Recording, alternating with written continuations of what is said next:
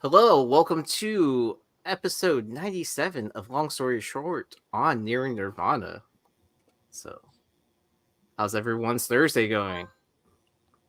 And we have a returning co-host that we haven't seen in a while. What's up, A Nine? returning champion. What's up? What's up? How everybody doing? Doing good, chilling. Man, my wife made me buy $100 pillow today. Two $100 pillows. So what's Two for 100 or $100 a piece? $100 a piece, dude. So, what makes it $100 pillow? Is it worth the money, or have you tested it out yet? I took a nap earlier, Yeah, and I was just gonna rest my head. And 2 hours later, I go, "What the fuck?" Those Oh, it's one of those napkins, pillows. those are decorative pillows. If I had to imagine, Bro, I'll take a picture and send it to y'all, man. This is fucking crazy, dude. It's comfortable, man. I'm trying. Those pillows are dangerous, dude. You got to be careful. Mm-hmm. You'll oversleep on some stuff. Yeah. Yeah. That's why I found out. All right. I only use the pillows on my day off.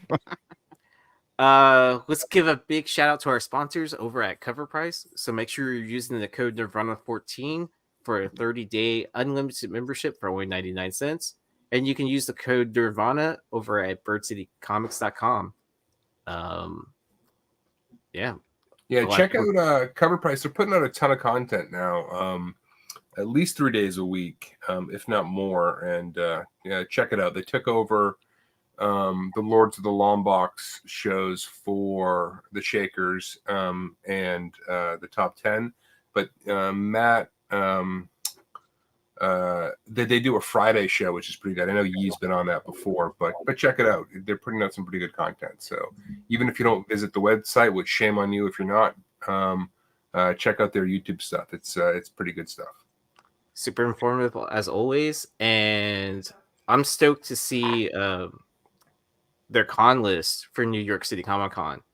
They always do a very thorough list of all the exclusives that are going to drop throughout the con and exactly what booth they're at too. I found it very helpful throughout San Diego, but just like when the numbers kept on increasing throughout the week, I was like, kind of like, that is. I was thinking this today. Are there more books dropped at New York than San Diego? It feels like there's a ton more exclusives for New York than San Diego for some reason. I feel like within the last few years, New York has dropped more than San Diego. Drop more exclusive. It feels like it, man. Like, I mean, every time on anywhere you look, there's like here's 5 or 6 books coming out of New York. I mean, it just feels like there is a ton coming out. Yeah, I feel like they've always kind of battled secretly on that. Like, oh, we can drop more exclusives than you. Like, because it's always been like East Coast versus West Coast. Who gonna die? Versus Tupac. Yeah. Who are gonna be the casualties? I don't of this know. war. Yeah, but anyways, I guess let's get the show on the road because I think Michael said let's go, right? Let's go. All right, you guys know the point of this show. It's all about hunting comics. If you're going to do well in this hobby, you got to hunt well, find things cheap. That's how you build your collection. So don't go chasing eBay prices. We've warned you time and time again, but yeah, we're just having fun talking about comic books here. Nothing too hot on this list, but some cool stuff for you to keep an eye open for. And there's a lot of golden age on the front end, so we might as well get into it. And Joe and I know you're breaking the rules because we see it on the hot almost 10 list like weekly. Get evidence tomorrow night. Yep. All right. So I'd been talking on Carter's show for probably at least 2 weeks now. Maybe it's extended to 3. About a Golden Age book that I bought. This is, I don't know what it is for me, but this book has always sort of epitomized the Golden Age for me. I don't know why. But this is Sun Girl #1 by Ken Bald, written by Stan Lee. From Marvel Comics in 1948. And 8.0 sold for $8,000 for this book a couple years ago. Only 62 of these on the census, but I ended up my first ever Heritage purchase, which was quite an adventure. right here. So happy to get it. Yeah, this has been on my want list for quite some time. So Man, good for you, Ben. That's great. happy to have this one. I got it for a steal too, man. I threw in a lowball offer and it won. But yeah, this is the Sun Girl series was only 3 issues before it was canceled. Just some classic Golden Age. This was actually, this is not really a superhero book as much as it is more crime. She looks like a superhero, but this in the 48 time frame was when the crime stuff was going crazy, and so that's what we've got here. But yeah, for me, I don't know why this book just screams the Golden Age. I looked. Phil was selling a copy of this thing with the top half ripped off for like $600 or $700, and I even considered that, but I broke down. I broke down and grabbed this one. So what was the experience when dealing with Heritage? Well, just getting set up to bid. Everybody watching this probably knows this, but so even once you set up an account, you need to get verified before they allow you to bid on anything. So you got to go through, some verification process. You attach a credit card to the account, but unlike eBay, they don't bill that, right? So, when these auctions go off, it said it was ending on a certain day, right? But it didn't end. They went live throughout that day. So I was like, I thought like the auction was over. Every auction goes live throughout the course of the day. So later in the day, I was notified that I'd won the book. And that's cool. So then I go on to the Heritage thing, and I'm like, I can find no evidence that I won it. It says the auction ended. It ended below my high price. I got a notification, but I couldn't find anything on the Heritage site. And then a couple of days later, it verified that I purchased it, and then it asked for payment. If you want to pay with that credit card on file, they hit you with another 2.5% fee.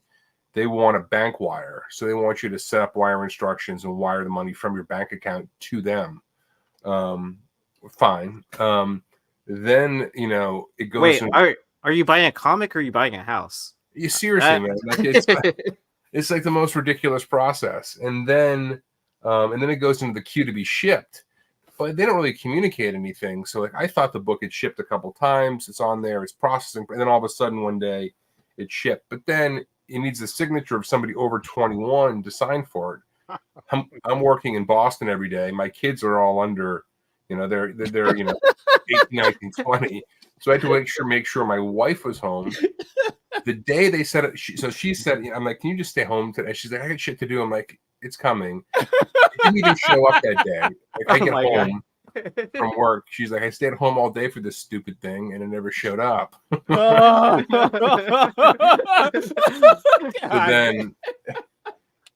So then it comes the next day, and unfortunately, I'm like, listen, if it comes, it comes. We'll figure it out. She happened to be there when it showed up, so it was quite an ordeal. Like that's the first thing I've ever bought. Anybody ever bought on Heritage on here? Because my first.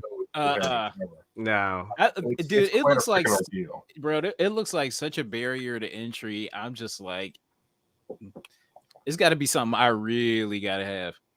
The whole reason I did it was for this book. When I saw this thing was going to be auctioned, I'm like, all right, I gotta get set up for this thing. So they make it hard because they don't want people on there like eBay where, oh, I'm sorry, my son accidentally bid and he's a toddler and he didn't mean to do that.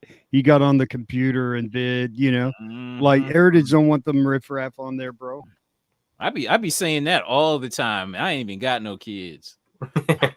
Hey man, my kid got my. Hey, let me get out of this. Anyways, the whole reason I finally signed up was because I don't know why, I've always wanted this book, and broke down and super happy with what I got it for. Although, other thing I should have known, I wasn't thinking about when I bid, I forget there's that buyer's premium they hit you with on the back end. So you're paying 20% more than what you bid. So it was a little bit more than I thought I was paying, but it's all good. It was still a good deal. Bro, a 7.5 grade, dude, for something that's almost 80 years old. Yeah, kind of crazy, right? There's only a few grades higher, so nice. Anyways, that's badass, dude. That's a good place to be in the bell curve. So Yeah. Not bad, not bad. I mean, I'm planning on hanging on to it. It's not a flip or anything. So yeah. The other book that reminds me of this one that's also on my list is this one. Kind of a similar thing. She's on the edge of the building. This is a classic Phantom Lady cover. People often credit Matt Baker with this, but this is actually Jack Kamen who did this cover, who's one of the top, easy, I would say top 10 Golden Age artists. But this is just an amazing Matt Baker cover.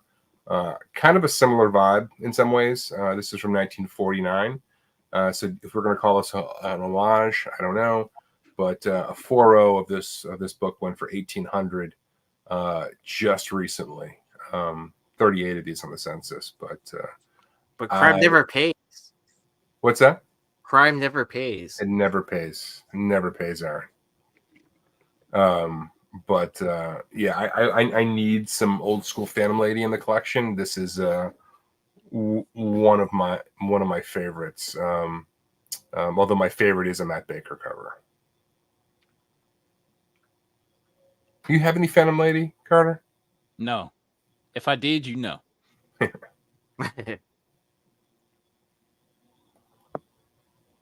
this is a great one. It's similar vibe, but moving on. I thought Knives went to go pick up his copy, to show it off to us. Yeah. I would have, that 4.0 is your mic's not on. Oh. I was just saying if I had a copy, like you would know. Everybody would know.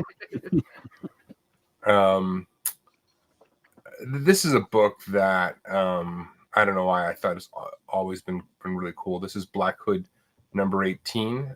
This is an Everett Kinsler cover.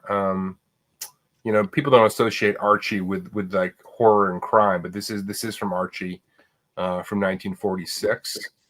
A 9.0 sold for this back in 2021 for $7,800. Only 17 of these on the census, but I was watching a video from Terrificon, a guy going around looking for Golden Age, and he didn't buy this, but this book came up, and I hadn't thought about it for a while. I'm like, damn, that's a great cover. But something kind of eerie about this one.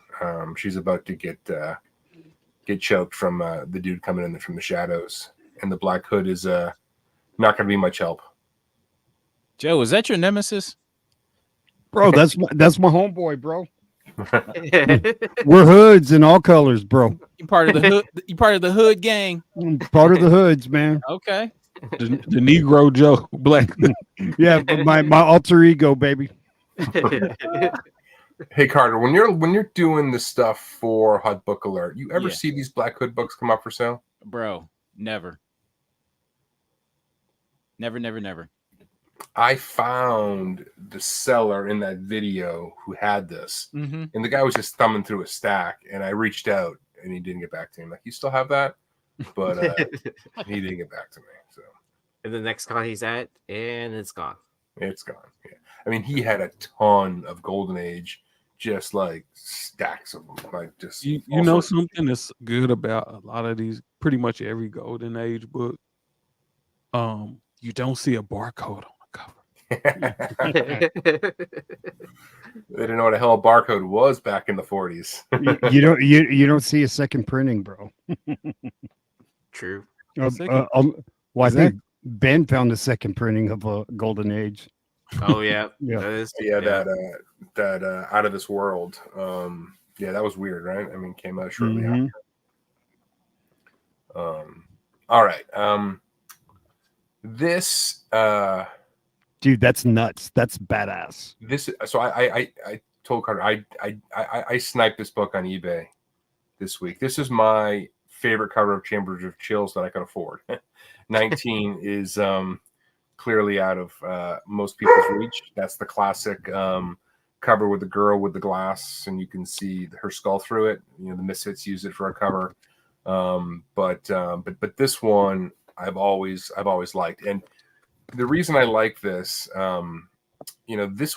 this theme was, and we'll talk a little bit more about it, but this theme of like a girl being in a glass tube was like crazy through the Golden Age. Bro, this looks like the cover from Guardians of the Galaxy, the variant that I have. The Paulo Rivera one. Yes, and Yeah, it has a similar vibe to it for sure. And it has a girl in the glass.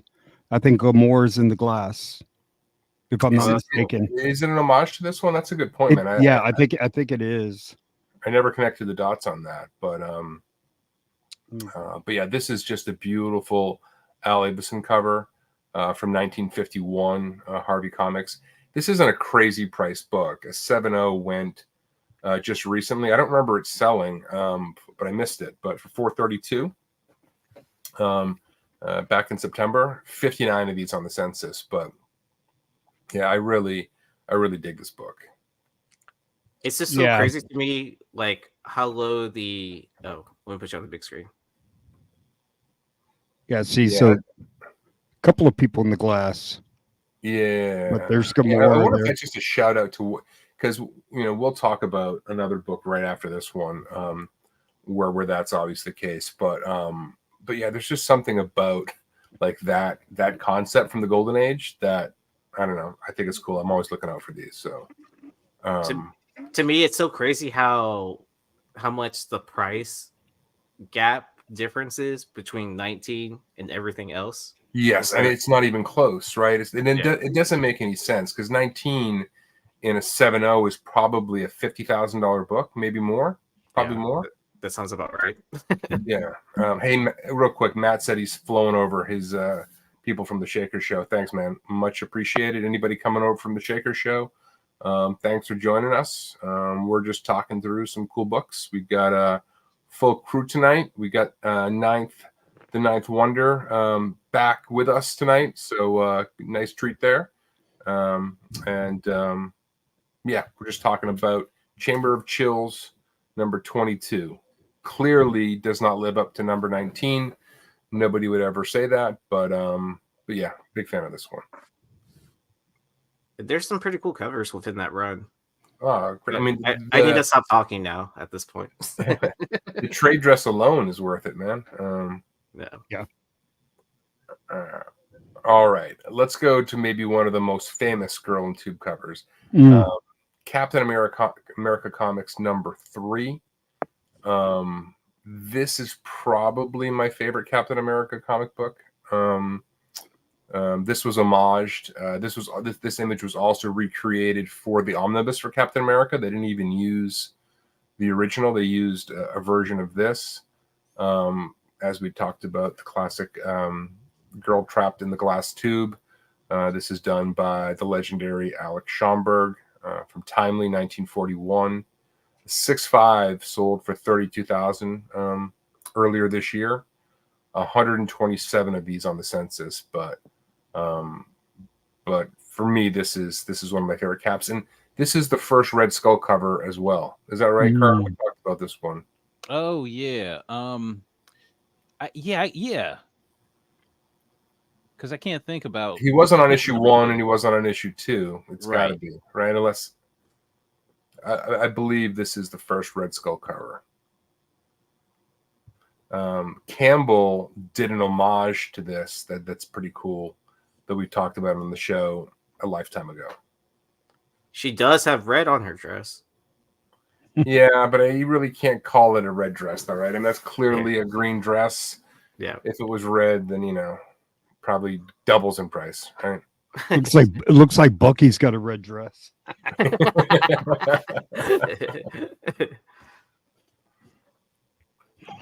Man, Red Skull's pretty happy tying up Bucky. He's like, yeah, got him. Yes. All right. I came across this book. This is actually, I could only find one picture of this book, and this is actually on, if anybody wants it, I don't know what it's going to go for. This is on sale for Heritage. But I love Alex Schomburg, and this is a crossword puzzle. So there's nothing comic related about this, but this is a book of crosswords, which is obviously a big thing, still is a big thing. But Schomburg did the art of this. This is the picture from Heritage. I could not find another picture of this thing anywhere. Wow. So, I mean, this could be a 101. You can see the chipping on this thing. It's far from being in great shape, although it doesn't really impact the picture at all. Yeah, I just thought this was more of a novelty that just kind of made me laugh a little bit. Just a book of crossword puzzles by Alex Schomburg. We've talked about on the show, paperback novels that he's illustrated the covers of. I just thought this one was pretty damn cool. Yeah, it's amazing that something like this even still exists, because most people that bought this were using it for the crossword puzzles. As soon as they finished the crossword puzzles, straight to the trash. Nobody was saving this, right? I mean, nobody. I mean, this thing got saved by accident, most likely, right? You just happened to have it. I agree. Is that the only one that's come up on Heritage?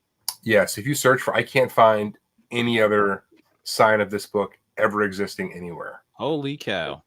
Do you think it's filled? Do you think it's filled in the crossword? I would imagine yes. I don't know if they stated that in the listing or not. Pen or pencil? Man, if they didn't fill in that damn crossword puzzle, man, that would make this book even more amazing. Well, if they did it in pencil, you could erase it. Yeah, that's true, but you probably still be able to tell. But can the paper even survive taking an eraser? Yeah. I'll tell you how. After the show. Now he's getting his pen and paper out. All right. Taking notes for sure. This is issue number 28 for those who are asking. That's a very confident look. He's like, I may or may not have done it before. No, I'm talking about the chick. Oh, she knows something. She knows something. Yeah, she's like, you're not getting this booty till you figure out that puzzle. She made him a bet. You finish the crossword puzzle, it's then go we'll time. talk. Otherwise, this might as well be Playboy Comics. What if it's really not crossword puzzles on the inside of there? And it's just smut.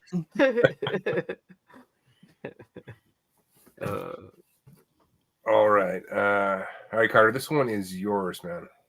I don't know what this is. I talked about this on Tales from the Flip Side Tuesday. There was a sale for this for for $25. A CGC 4.5 sold for $22. You got to be kidding. And I'm not quite sure what the hell this is. But just off of the cover, I'm like, this thing is striking. Did you buy it? No. I didn't know about it till after it already sold. I thought maybe you sniped it for $22. No. It's the only one graded, so there's just the one on the census. So it's this. Dude, I bet you that guy didn't ship it. I'm not, and I'm not even quite sure how big it is, because it's a magazine. I found there's another one out there somewhere.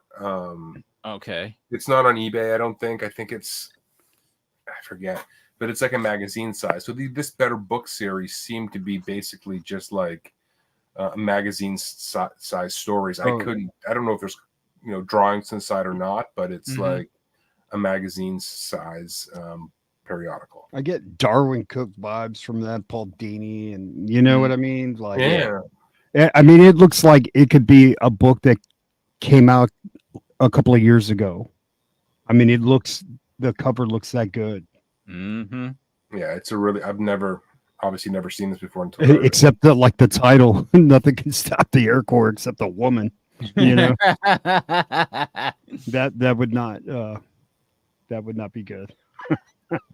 But this is the kind of stuff to be on the lookout for. Like, if you're out digging and come across the magazines, you see something like this for cheap, I mean, snag it. I mean, there'll be a market for something like this. Although this thing going for 22, nobody had eyes on it, because what the hell are you searching for when you're searching for this? But is also eBay, is that the right place to really auction something like this? No, you've got to raise awareness. You can't. You first of all, you can't auction it. Right? You've got to ask what you want for it. It's the only damn one. Right. I mean, the person that had it had a feeling that this was something, took the time to get it graded. There ain't no way in hell he's letting that go for $22. He's gonna take the L, have 99% positive feedback. He's like, oh, fuck that. I'll take the L, you know. I ain't shipping it. Sorry. I would be shocked if he shipped it. Yeah, I don't know. I mean, That feels like a I think $200-$300 cover price- magazine, man. Oh, sorry, the case is damaged. I can't ship it. Yeah, Yeah, it I feels mean, like a $200-$300 magazine, easy in that grade, easy, not $25. No way. It Well, costs more to grade that, right? Yeah, Like a magazine. and there's I no don't word on the artist. Like, I couldn't. did they It have the wasn't on the artist on the label. label? Like I couldn't find anything on this. Absolutely not. Wow. Let me see. Someone time traveled. No kidding, right? Like I said, I mean, if you look, it's not that hard. You can find another copy of this floating around out there. I think they're asking $50 for it though, so you're going to pay twice as much ungraded. But there is another by one. R.M. Barrows. R.M. Barrows. That's the artist, or is that? I don't know if that's the artist or the writer. Let me look. Yeah, there's one for. Hold on, I'll tell you right now. Publisher is same publisher, Consolidated.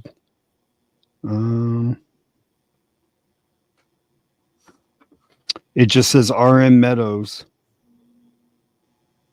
Well, nothing can stop the Air Force except a woman. Alrighty. Wow. All right. We just wanted to talk about this book because it's been so hot lately. Only because tying it back to a conversation that we had before. So this is Hello Darkness #4. This is obviously the Paulo Rivera unlockable variant. This was basically a one per store. A high raw of this book went for 92 today or yesterday. But it's still available for less, but it's probably comfortably in the high 70s, I would say. A couple of things. One, we've talked about Paulo Rivera on the show quite a bit. He's an artist certainly to be aware of. And two, we've talked about these one per stores. I think in time, those are going to be sought after because you couldn't order these books, right? They just went out as they went out, and it could be up to one per account, although that varies by publisher. I mean, I know there's a store I go to where they just get one, right? They're not getting multiple, and I know other stores are getting more, but all of these one per stores, I think if you see them cheaply, I found this book for $3.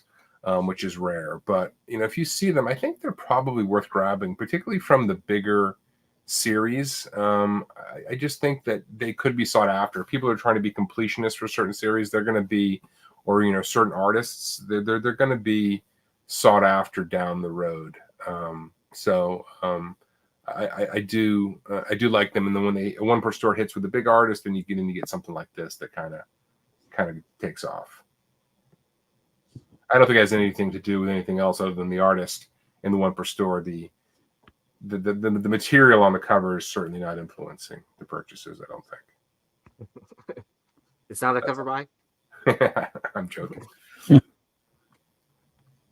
But yeah, this one is taking on a life of its own. I gotta live by what DeVoe is saying. If you haven't been naked in front of a lighthouse, you have to try it. It's something I have to try now. Well, listen, growing up in Maine, it's sort of a rite of passage. Like you can't leave the state until you, get naked in front of a lighthouse. So it's just. So is this a period piece? Because I see the old timey sailboat in the distance. This is like an anthology series, right? So every issue is sort of its own thing.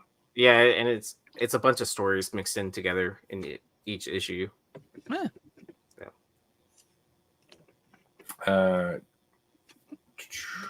Next we have we talked about this before, but I don't want to toot our horn, but like, this is a beautiful Paulo Rivera that we talked about on the show before.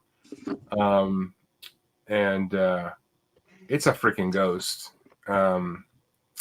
Excuse the title, I guess, but this was a Dark Horse Comics 1 in 20 for a book that had 12,500 copies ordered, approximately. Right? I mean, those 1 in 20s are damn hard to find. There is a copy on eBay, but it is kicked to shit. It's the only copy I've seen. But this is a beautiful book that I would grab in a second at the right price. But not to retread old ground, but we have talked about this book along with many of his other books. The Guardians of the Galaxy ones that Joe had actually mentioned before, those are Paulo Rivera. He's a fantastic artist, and but a book like this would be a nice piece to have for your collection. Anybody have this? I can't imagine anybody has this thing on the panel. I think the last time we went through it, nobody had it. Man, I've never seen this book before. Let me tell you this: if you're digging, do you take it with you? If you find it in the back issue bin for a reasonable price, not knowing anything about it. Yes, you go by the Joe rule. It looks expensive. Yeah, that's pretty. The Joe rule is how I dig now. I'll buy some shit like, and that looked like it should be something. I pick it up.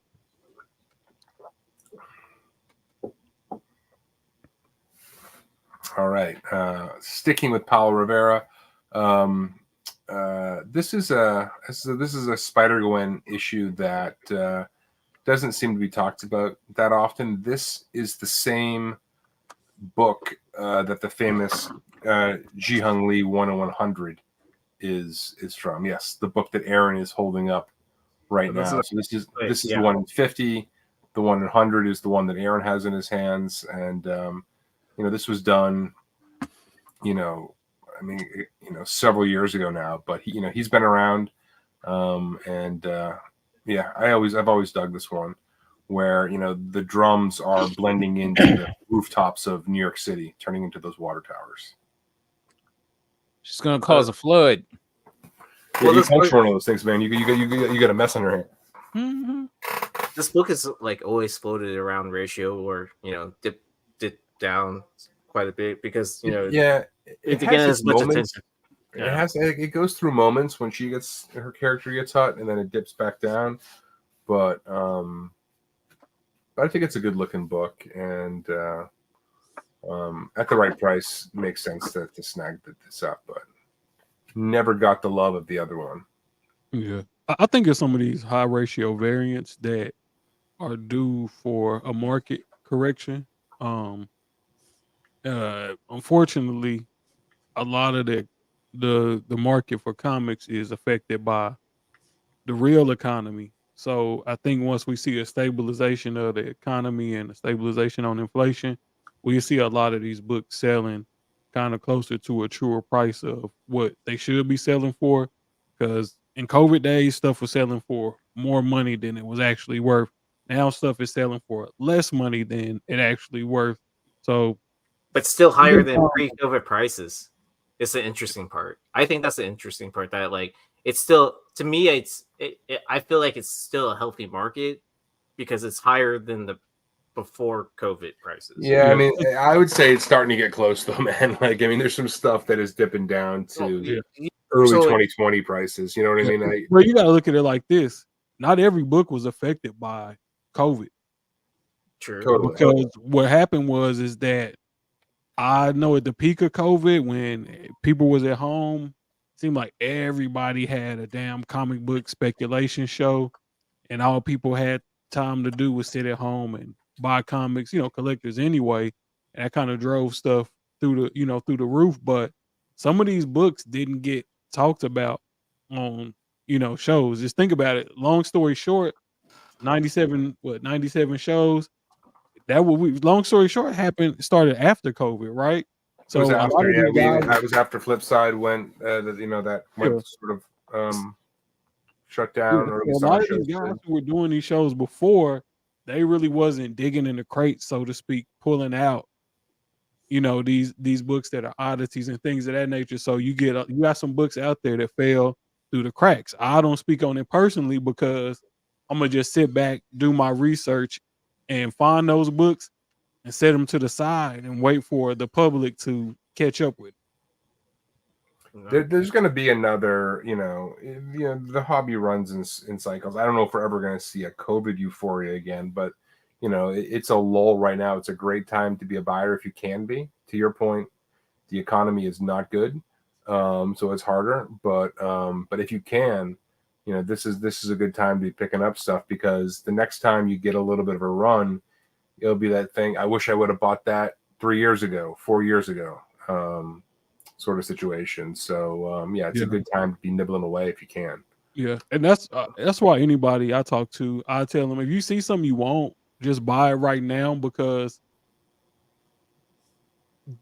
this stuff isn't really, it's not going to get cheaper, because you got to understand inflation is a natural part of our society to some extent, right? You got to think a dozen of eggs used to be 5 cents. Like, nobody's expecting to go in the grocery store and pay 5 cents for a dozen of eggs, because that's what a dozen of eggs costed in 1945, right?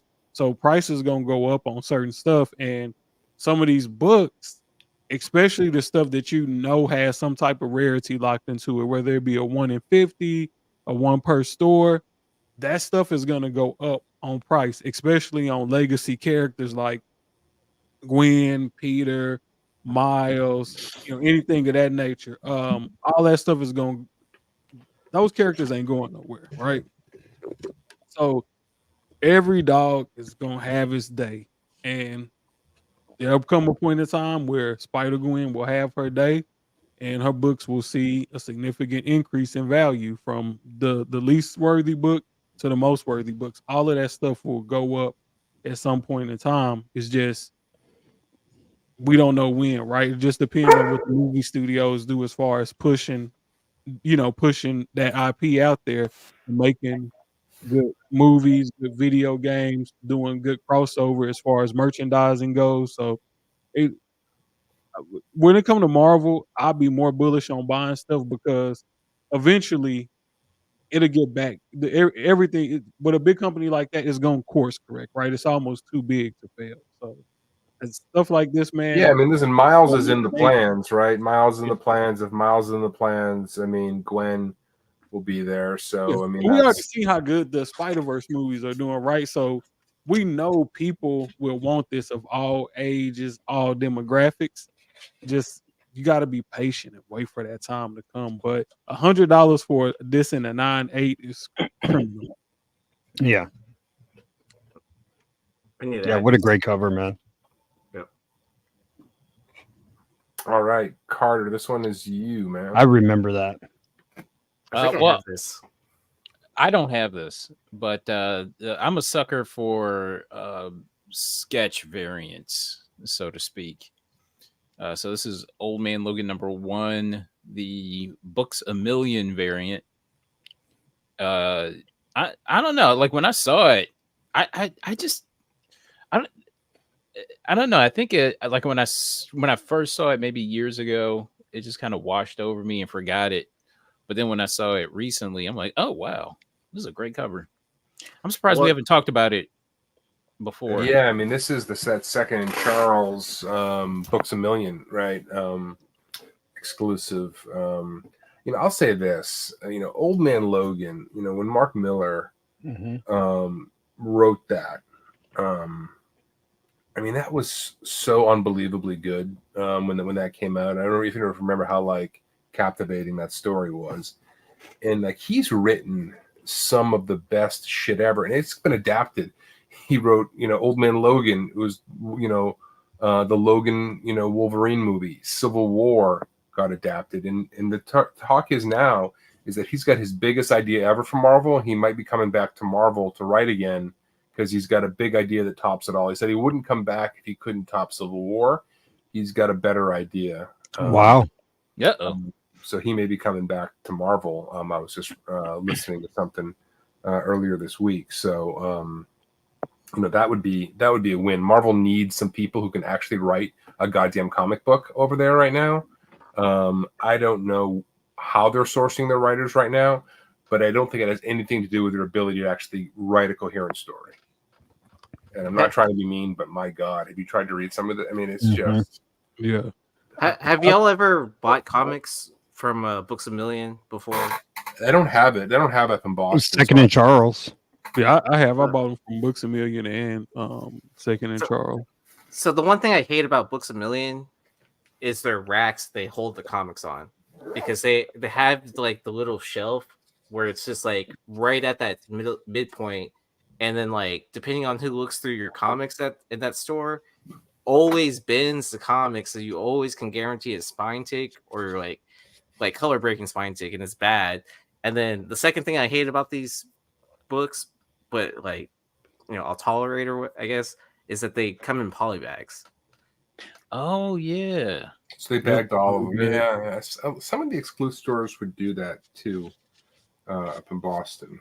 Yeah, and they just treat these things like pure shit, man. Like they don't put Yeah. any type of thought or conservation into these things. But I did want to say the composition on this is great. I like how they slid the trade dress back, behind the sketch. Of course, I'm always gonna complain about the barcode. Yeah. Like, especially if you was gonna polybag this thing, you could have put the barcode on the bag, on the fucking poly bag itself. And then I hate how they put they logo all up here on the freaking corner box, but I mean up in the corner, in that right hand corner. But other than that, man, this is a dope cover. But I will say this: I feel like with a lot of these exclusives, like the Second and Charles, the Hastings, stores like that are some of them defunct or don't sell comics, like Books A Million. They don't sell comics anymore. I feel like it's a lot of gems hidden in there, man. It's a lot of gems hidden. There in is, man. Yeah. Oh, yeah. Like they need a little bit more love and attention.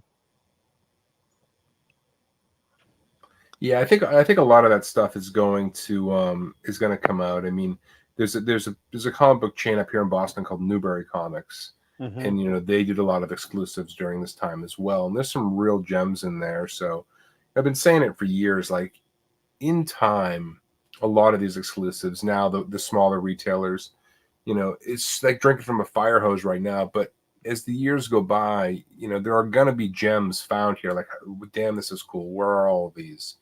And they're so you just keep your eyes open for it, and you can start to get some of this stuff cheaper. It's starting to show up at LCSs because they buy collections. Like you can find this stuff reasonably priced, and I think That's a great point. You're gonna start waking up to big name artists who did some kick-ass exclusive you've never seen. And they're going to start to take off a little bit. I'm willing to bet a lot of this shit got thrown away. Like these Second and Charles and Books A Million is exclusives. Like even if the print run was 3,000 or 5,000, I'm guaranteeing you a lot of that got thrown away or yeah, because what they'll do is they have the release price, then they mark it down like any other retail store. That like after I don't know 2 months or whatever, then it's $1 off, and then before you know, after like close to a year of it being released, it's basically like $2 a book or something like that, or even less. Sometimes $1 a book, and then you can just clean up. The one book I wish I did that on was the Kanan #1, the one with the Vader cover for Second and Charles and Books A Million. Yes. Because those stores were loaded with those, and they marked them down like so cheap by one point in time. Like I have a set, but like I don't have like a stack of 50 because they used to have like a whole like display shelf of just full of those books. Yeah, they were definitely pitching these things after a while, or they were put in their dollar bins and they just chucked it. So, some of the Hastings stuff are really cool. We've covered a bunch of Hastings books on here, so just keep your eyes open. All right. I don't think I ever talked about this book, but it's kind of staggering how much it goes for. This is Savage Dragon #194. Larson and McFarlane did this cover. It's a 1 in 5, which Savage Dragon had super low print runs. A 9.8 sold for this earlier this year for $675. So very respectable. I don't think you can find this book for less than that in any form at this point. Only 7 of these on the census, and 5 and 9.8. I mean, this book is really hard to find. That's a typo. It's should be 193. 193. Sorry. Yes. Oh, I missed it. Dang it. No, sorry. I'm doing these things at 5 a.m. So 193. Thank you, Carter. You know what, man? I always look through, like, whenever I see Savage Dragon, like, I always make the mistake of looking through them and seeing what's worth what, and it's just like, ugh. Get number 3 and get a newsstand in number 3. It's a slog, man. I mean, J. Scott Campbell's first work, man. Okay. If I go through boxes and I find them in call it from 75 up for $1, I'll grab them and not even look them up. Just tuck them away. It's the low print run. Well, that's when it starts to really drop around that. Around that. I mean, it's all okay. So you kind of keep the same idea of numbers like with Spawn. Absolutely. Yeah, I mean, I just picked 75. I don't know if that's really the first cliff or not, but it's past the 90s, comic, euphoria. Yeah. So, I'll start grabbing them there for $1 or so. So I've got a stack, but I've never seen this one. But and it's not a great cover, but it's sought after. I mean, people want it. So For whatever reason. Probably I mean, I think it's just the scarcity. There's certainly enough McFarlane collectors. There's enough people collecting Savage Dragon that it's, there's people willing to pay for it. So I know Image was notorious for doing like secret variants, like in that 1-in-5 ratio. Is this kind of one of the situations what they did, where they, for every 5 issues of Savage Dragon you ordered, they kind of hit it in there? Yeah, I don't know if that was actually how they did it then, but they said it was a 1-in-5. So yeah, maybe it's one of those where they just snuck it in there. Is it on the band of McFarlane won't sign this? I don't know. Actually, it's a good question, man. All right. Just one other Savage Dragon book. This is interesting. So this is issue 190. They made a digest size of this book. I mean, they're doing crazy stuff all the time, right? So this is not going to, so the regular cover is, and there's a regular size issue for 190, looks the same thing for the most part. And then they made the digest size, like those Archie digest size. Mm-hmm. Oh, that's cool. Like a pulp. And this thing's kind of that's kind pretty of a cool. ghost. 4 in the census, 2 and 9.8. A 9.8 sold earlier this year for $180. I don't even think this would be in the Savage Dragon back issues. I don't even know where the hell they put this thing.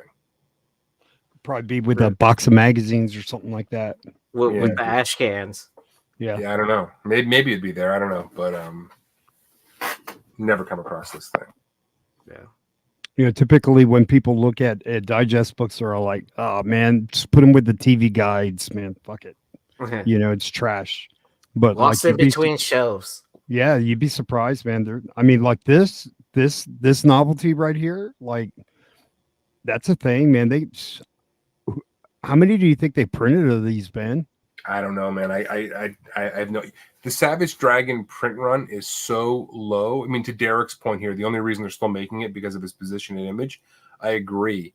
And if this shit ever catches on in any meaningful way, there's not going to be enough issues to go around to satisfy collectors. Now, that's why I grab them, because in the event you never know, like a fire gets lit behind these things, there's just not that freaking many of them. You know what I mean? Like they don't even show up on Comic-Con orders. That means it's like sub 2,000.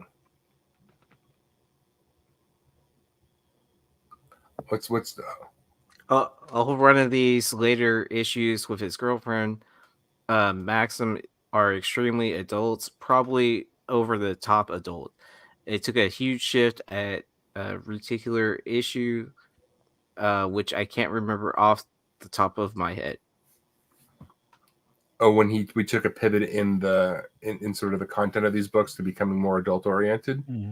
Yeah. That was, I mean, there's certainly in the 200s where he started to really dial it up a notch in terms of, who the audience was. Do Yeah. you Oh, think yep. that was it in response with could have been around the time with Kirkman and seeing how his stuff um, was geared toward a certain age group, and maybe he pivoted. Yeah, I don't know. Maybe Larson just wanted to write something different, but yeah, the tone of this series took a major. But I think that was in the early 200s when that happened. Don't quote me on that, but that's at least in my mind. That's I remember. The Ball Was Beautiful issue that somebody's talking about. I think that was what 193 or something like that. I've got it over here somewhere. We've talked about it on the show before. No, 193 was the one we just talked about. I don't think that was the same. It was. I think it was Was it 223? I don't know. I've got a copy of it around here somewhere. But here it is. Is this it? No. Yeah, anyways, I don't know. Like I said, I don't know if anything ever happens with these books, but you can find them in dollar bins. Maybe not the bigger ones in the series, but just the run in general. It's probably not the worst thing to spend $1 on. True. All right, maybe the worst Adam Hughes cover ever created. Yeah, but it's terrible. Yeah, but Mama! but we can at least talk about it for the completionists. Good Lord. This is Betty and Veronica #1. This was his series that he did the interiors for. It lasted all of 3 issues, or 4 issues. It was very, very short lived. This was the San Diego Comic-Con exclusive that he made. Still sells respectably. I mean, 9/8 sold for $300 back in July of last year. 76 on the census, 53 and 9/8. 56 of that 76 are signature series. So a book that's heavily signed. When I see that, I want the unsigned one naturally.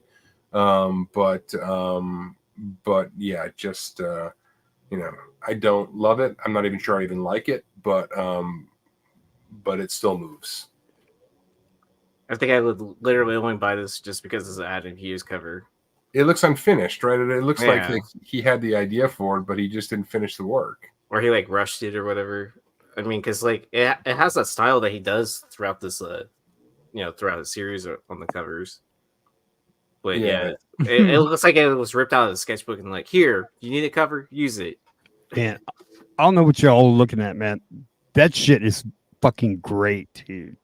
You love this? Like, Dude, I love this cover, man. This cover is phenomenal. Dude, it has the bones of it, but like if you look up close, I feel like Betty's like it just looks unfinished to me. Well, maybe have him remark it and say, "Hey, can you finish this?" Right? You go, "Hey, I love this cover. Can you finish it?"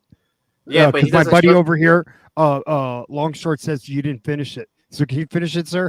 Right? Then you'd be behind me waiting for an auto. But then he's gonna give you like, I didn't finish the book, huh? I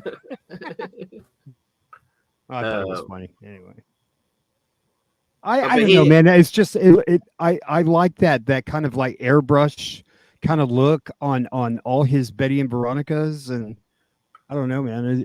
I think the slide is actually doing this favor, probably this book a favor, because up close, it just there's something about it that just doesn't look completely really completely done, but the pixels are filling in for your eyes of what it's missing. And it's gone more. This 300. I mean, that's not the high. It went for more than that. So it's definitely worth it to grab it if you find it for a good price. And I like most of what Hughes does, and I think I said I don't hate it. I don't love it. Maybe it's just one girl at a time.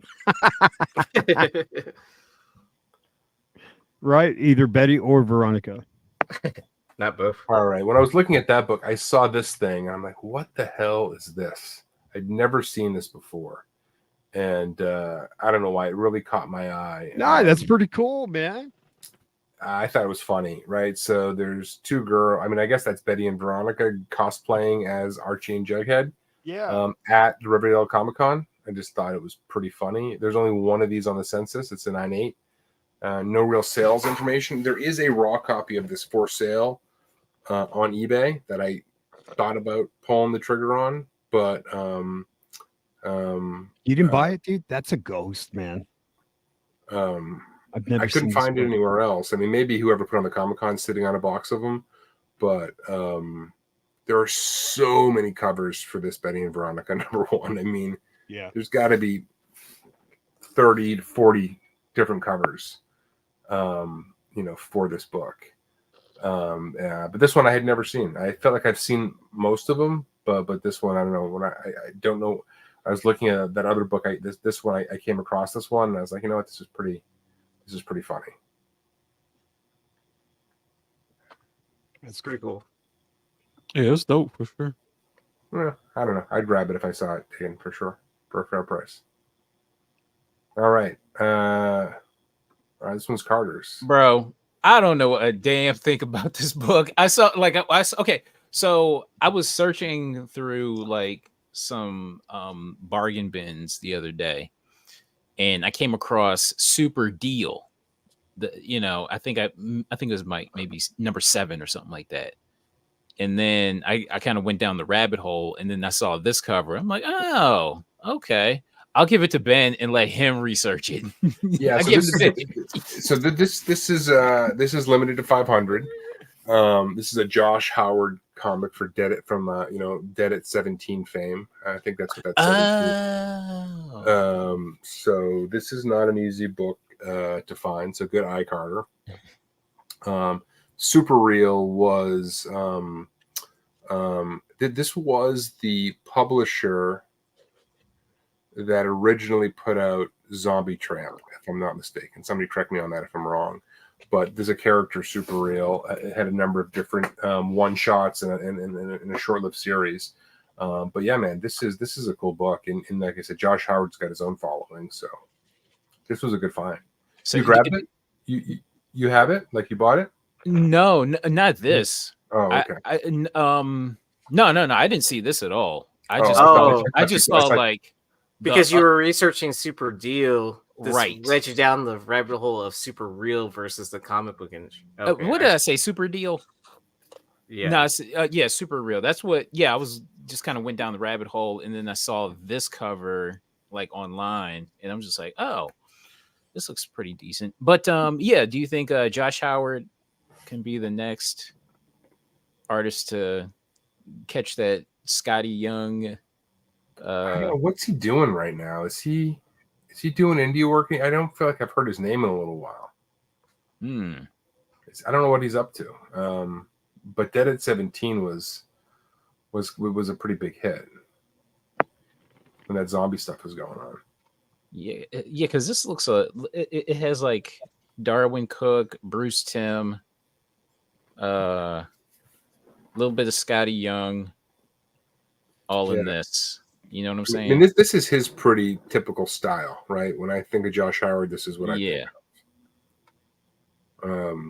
Yeah, this is I found a Dead at 17 like Portland, Maine Comic-Con variant of issue #1 when I was digging. I'm like, all right, I'm taking this thing. Like, it's just, I don't know. I grab all of this stuff when I see it.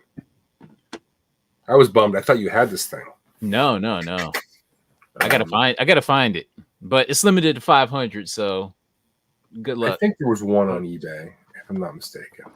And it's gone. Just like that Ghost by Paulo Rivera. There was one on Graham Cracker Comics, and it sold like that. Oh, wow. Oh, Graham Cracker had one of them? Mm-hmm. It sold while this show was going on. Mm-hmm. We got damn rules on this show, and I guess we didn't say Graham Cracker. We say eBay, so maybe that's technically a loophole, but I call that digital digging when you go from Ben, store to store. Where did you find this book, bro? So this book has been a ghost for a long time.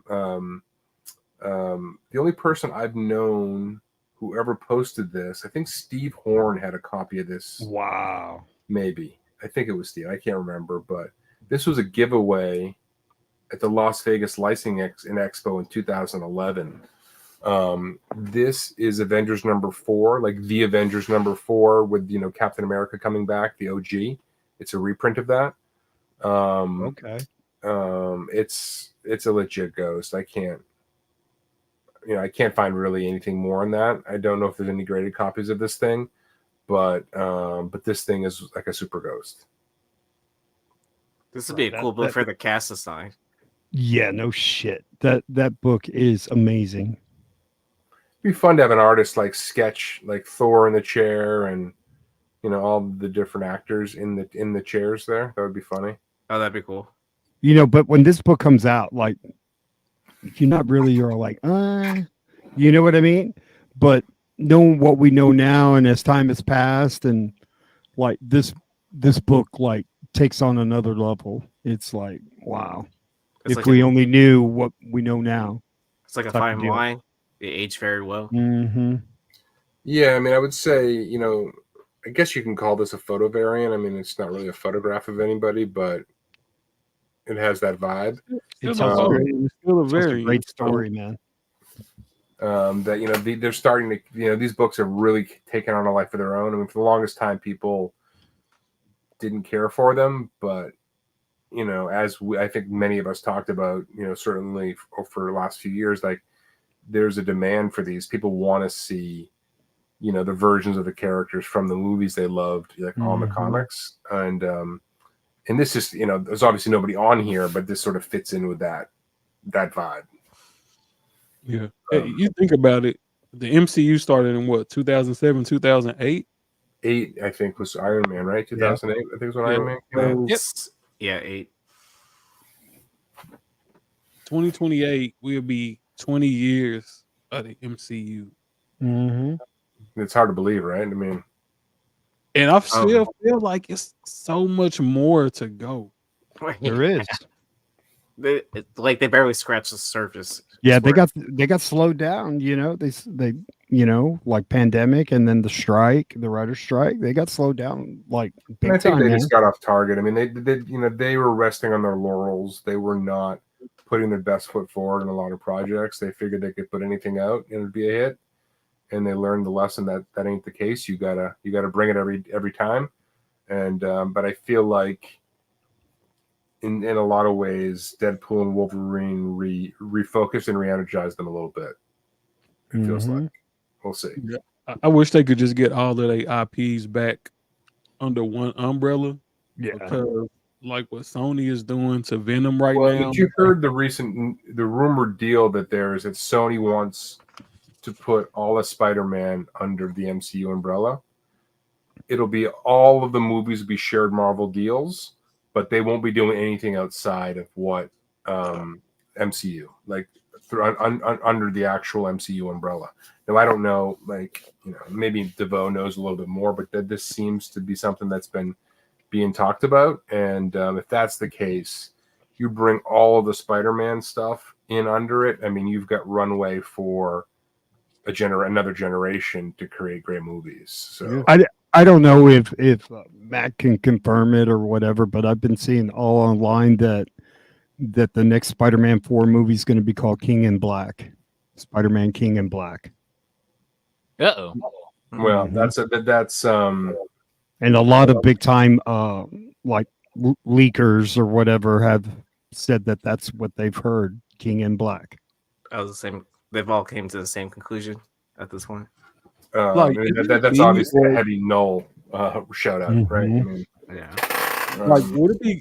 Does it seem like it to me? It doesn't make sense to get Noel, and we don't even have a live action Spider Gwen or Miles. It just feels like jumping to Noel is just like you skipping over. Like we haven't even seen Doom in the MCU, but we getting Noel and Venom, and not saying that everything has to be that the timeline has to be exactly to how the comics were released, but to me, man, that you skipping over a lot of shit, which I understand that that's a Sony project and not an MCU project, but I just, man, I hate to be a negative Nancy, but I just don't see how Noel.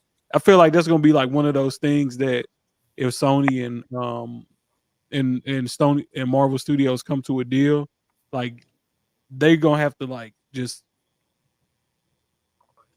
castrate a lot of shit that Sony made and just say, all right, we only want this, and this, and we're gonna start over with everything else. Yeah, I think they would ignore a lot of the bullshit that Sony put Yeah. out. I mean, they'd have to. I mean, it was something that was so ridiculous that you can't salvage it, I don't think.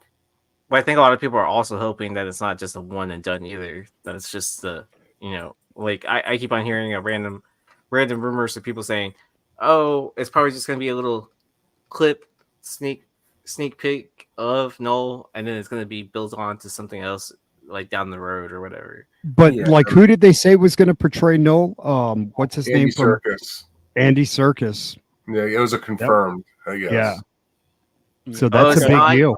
Oh, it's not Norman Reedus? No, it's Yeah, not it's- Norman Reedus. So he was rumored, I guess, for a little while. But Yeah, I But never the believed minute that. you put a Andy Serkis, it doesn't feel like it's a one and done. You know what I mean? No. Like, but we'll see what happens. Yeah, but everyone was saying the same thing about Woody Harrelson and Carnage. God, that was just a shit show, man. Yeah, Like, 3 words, man. I still, for the life of me, like those pieces fit Cletus Cassidy and Woody Harrelson like that. The part couldn't have been better for an actor, right? And I don't know how you screw that up. shitty writing, man. Over Yeah, and over because again. on paper, that's a win. Like but it's just that shocked me out of a lot of this. Like, how do you get that wrong? Because if that's a hit, then we're talking about this Venom movie in a different way. No. Yeah, I mean, like, but also with rumors, like, how long ago did you hear Mephisto like showing up in God, that it's just it's took on it's just- another. Yeah, but, dude. But I mean, like, we finally just heard Mephisto's name in Agatha. Sorry if I spoiled it for you, but I'm sure you weren't going to watch it anyways. What? Do tell. yeah, I mean, but like one of the witches mentions his name in passing or whatever, or as if like, I think that was just a troll from WandaVision with all the speculation from that. yeah, exactly. So I mean, like, I don't see it building on anything. I think it was just like No. kind of like only certain people would catch this. I just like I don't know. There's no room, bro. Like they're headed to Secret Wars and all of this. Like, you got to get there. It almost seems like if you're gonna do that shit, you do it as like one of those Marvel special edition features or whatever crap. And then and that's another thing. They knew it was a hit when they did what do you call it? The Werewolf by Night. Werewolf by Night. They even did Garland, but like they're not taking advantage of that and doing those little one-offs because it can't be that expensive for one episode. You know what I mean? Yeah, I think what they were saying with those are like Guardians work because they filmed that when they were filming the movie. Everybody was on set. Yeah. And then Werewolf by Night was, I mean, there was no huge name Marvel established characters in that. And that thing was brilliant, by the way. I thought that was one of the best things they've done. You could do like a Chamber of Chills or something like that, just a one shot, just for the holiday season and stuff like that. But you know, yeah, they were originally going to do more of those, but for whatever reason it didn't take off. So, all right, let's keep going. You know, we've talked about some of these. that's good. These Boomer IDW books. I mean, this book is a fucking ghost. I mean, I only bring it up because my oldest son, he loved Cars growing up, like loved this IP, and Disney seems to care about it because they're building a big Cars land. They have the one in California, and they're building one in Florida. But these books, you know, these kids are going to come around at some point and maybe want this stuff. And you know, this book is really tough to get. This is technically a photo variant. I mean, I guess maybe not really, but that's what they call it. It's a cover C, and you can't find it. You cannot find this book anywhere. No, it seems like something really cool to have in a 9.8. I mean, stuff like this. I would be gobbling this up in a Yeah. second if I found it. There's this one, and then we go to the next one. So they had 2 series in 2009. This is a 1 in 10 from the second series. Also a ghost. I feel like this is a Rob book, like both of these. Rob, yeah. But there's a 1. They have 1 in 25. There was a bunch of like series within this world. And there's but anyways, I would keep an eye open for these. There's newsstands for these from this time period as well that I've seen go for quite a bit. Any of them, frankly, but these are the kinds of things where, if I'm digging, I would be grabbing these. Yeah, we definitely need to get Stein and McClay like back on the show, because they were both talking about Cars books a while ago on like the Almost 10. I think it was like, what was there one on there? I usually watch it. I don't remember seeing was there a Cars book? Yeah, it was the roadmap variant where it's like the last issue. Okay. I don't remember that one, but not that I know these that well, but I would expect these to fetch big prices down the road potentially. And now that play is dead on. Like you see like Frozen books too, like a newsstand. Those are out there, like Beauty and the Beast, and just any property like that, like a newsstand or a variant like that. I mean, that's a play. But like that first Cars one that you showed, like I never see that. I've looked for it, man. I've wanted to get it for my son. That would be the one to get with the fire engine red paint on the top and the bottom. That looks fucking fire, dude. Well, if you find one, let me know.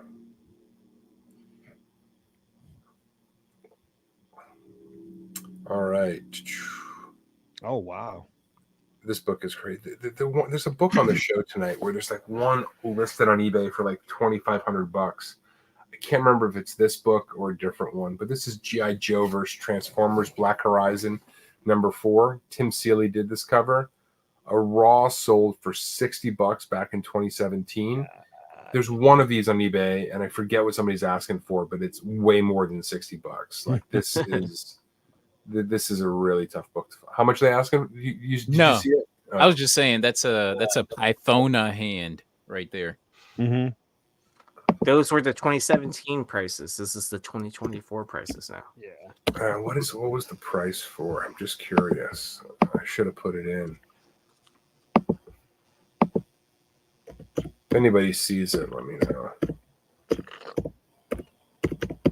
Oh, someone Scouter Rick is saying Scouter 2,500. Okay, that's the one I saw listed for 2,500. I'm like, what the fuck? The multiplier makes sense to me. No, it doesn't. I mean, it's not a great cover, but it's clearly tough to come by. It falls in line with what's coming, because aren't they doing a G.I. Joe Transformers, and they're putting that together? I mean, that's what the word is. Yeah, they're gonna build it. He Who Remains says, because of the show, I am a Brony and Sonic collector now. Can't sleep on the Kid comics. That's funny. It's true. Hey, what's up, Scouter? That's my boy, dude. All right, well, this show's going long, so let's keep it moving. This book I freaking looked for, never found 4 it. left. This is a G.I. Joe vs. Transformers #1, a Figueroa and Raj 1 in 20 variant. Devil's Due 2006. There weren't a lot of ratios in 2006. And this is a 1 in 20. This book is nowhere to be found. You have it, Carter? No, I've never seen this book before. I'm like, I may have that been like on that Transformer haul that I got from that guy. Let me just go through it again. Man, but I would imagine this would sell for a pretty penny, man. A pretty penny on this one. This reminds me more of like Gundam Wing more than it does of Transformers or G.I. Joe. Yeah. Just the style. it's got to be a ghost. I just like the sign, the Hasbro in the background. Optimus Prime is showing you who's boss right now. Just crunch. All right, this is just Ghost. This book doesn't go for anything, but it's one of those books where it came with an action figure, and I think if you see it, given the love of Haddon Hughes, this might not be a bad book to grab. The figure when did this come out? This looks like early 2000s. I was going to say 2005 or 6, something like that. But I've seen that before, but the bubble was yellow, like urine colored yellow. Man, it just hit by sunlight and everything. They got kissed by the sun. Is all that these is. toys do not age well, man. They do not age well. But yeah, I don't know. There's something cool about this. It's Adam Hughes, came with an action figure. These are fun to collect. What's up, Tony? One time I left a Wildcats action figure in my back window for like 3 months or something like that in Texas summer. And it melted the whole damn thing. You kissed that goodbye, bro. No, the toy turned out fine. The bubble for it turned all black. Wow. Black. Yeah. So, all right. And we have one more book. Yeah, so this is from friend of the show, Tony, E-Man Tony Smokes at Instagram, at E-Man Tony Smokes, underscores in between. So this is the first Puppeteer Lee cover, which is cool. He gave me all sorts of information about first work from internal stuff. The show had run long, so I wasn't able to put that on. We may follow up with that, but Puppeteer Lee is a fantastic artist, and this was his first work on this Free Comic Day book that I do not remember. What year? I should have put it on. It was 2010, maybe. It seems pretty obscure, anyways, in the first place. Yeah. Like to be able to find the Stormlight. They're out there. They don't sell for a lot, but maybe because nobody's looking for them right now. Mm-hmm. And it was a Free Comic Day book. Yeah. Wow. Oh, not according to him. Drama. Yep. Not according to who? Puppeteer.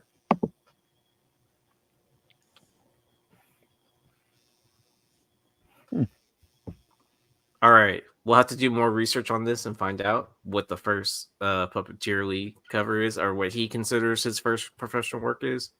Well, so. Tony, he sent me like a bunch of like other books. So there's more in there. I didn't have time to get through all of it. He said there was other books worth mentioning, but and I think he did say it was a little controversial. So anyways, this is from Tony. If anybody has a different book, let's bring it up. We're happy to talk about it next show. He never did this book. All right, I guess we'll have to do a little bit more research. So make sure you're liked and subscribed to the channel, and check out all these other great shows. Check out the Witching Hour with Lucy tomorrow night, since it's October. I know they did an episode last week, so make sure to show them the love. And if you like hearing about the supernatural and real life experiences or haunted places that we visited, check out the show. Saturday is Saturday Morning Toy Box. Monday is for cover lovers. Tuesday is Comic Book Women. Wednesday is This Week in Geek, and then you're back here with us on Thursdays. So thank you so much. Big shout out to DeVoe for joining us in the chat. So make sure you're signed up for the best tool in the game with Cover Price. Use the code Nirvana14 for a 30-day unlimited membership for only 99 cents. And you can use the code Nirvana over at Bird City Comics. Make sure you check out all the exclusive drops that they're having for New York City Comic Con. If you're at New York Comic Con, say what's up to Ninth Wonder. He'll be out there digging for all these rare books. So If you see him there, you probably won't find anything after following him. Just saying. Go to another booth. Go to another booth. He's already got all the good stuff. Be a long box ahead of ninth, because if you're not, you're not going to find shit. Yeah, Mm. if you're Is it- telling Two him, long boxes ahead of me. Oh, Is there a convention You're in digging. Houston this weekend? I don't know. Bedrock City? Oh yeah, there is the Bedrock City comic. oh convention. yeah, That's Bedrock a- City. Yeah. Oh, So yeah. I was supposed to actually table that show, but plans fell through on that. So I might attend like on that Saturday because I know like Jim Lee's showing up. Yeah. And then you always see Lobos there, so it's always good to see him. He ran into me in San Diego quite a bit, so that was really cool to see him there. So I'll probably go say what's up to him because I'm sure he'll be hanging out. And all the Houston homies. I will be selling books this Saturday with Ninth on the Mighty Mel V channel for another episode of How May We Help You. So Yes, sir. You got If you want to spend some money, tune in. These guys always have good stuff for show, man. I might bring out a some lot of big stuff. surprises. I might bring out some big stuff. I don't know yet. I haven't decided. I'll sleep on it.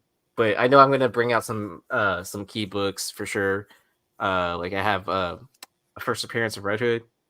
That'll probably throw up. Yeah, it's a comic cover with our first episode on Flipside. Right? Yeah, there you go, man. Prospect 10. Yeah. Yep. There we go. That And was our then- rookie card, man. Rookie. Yeah. Well, actually, Drunken Chat would be my rookie card. Oh, that's right. Yeah. So, Mm-hmm. and I got drunk on that episode, so that was pretty fun. I thought that was a rule that you had to drink on the show too. True to form, man. Yeah. Yeah. I remember looking at old videos of like Mercenot and shit like that. I go, where the fuck does this guy live where he finds all these fucking books? I And go, you find out I it's- hate this guy, man. Then you find out it's the Midwest, and you're like, "Oh, that makes so Like, much more sense." You look back then, dude, like you look at it with so much hate, like he didn't find it. He already had that book. He already had that book. And then you admit, like, he didn't have that book. If you read, He found that book. If you read some of the comments under the videos, there are people who get pissed off at him, and from Oh yeah. people have accused you of all sorts of shit in the comments. Yeah. Carter. It's entertaining to read it sometimes. See- But like See, what you Carter, don't like really you know know- now that he just stumbles on these books. Well, I found it. I didn't like it. I put it back. Yeah, exactly. It's What just you like- don't know, It's is like that a his parents- fisherman, and he goes, the fish ain't big enough. I'll throw it back. Yeah. You know, it's like, you know what I mean? So what you don't know Everybody's is gonna that, eat. Everybody's that gonna Carter's eat. parents used to run a print shop, so that's why he has all those comics, right? Ah, that's All right, you'll have a good and safe weekend. Make sure to like and subscribe. Check out all the other shows. House of Stein for Hot 10. Check out Mercenot's channel for his haul videos, and then for Hot Book Alert. Yes. It's on Sundays. Yes. So, and then we'll catch y'all next time. later, guys. Love y'all, man. Y'all take care. Peace.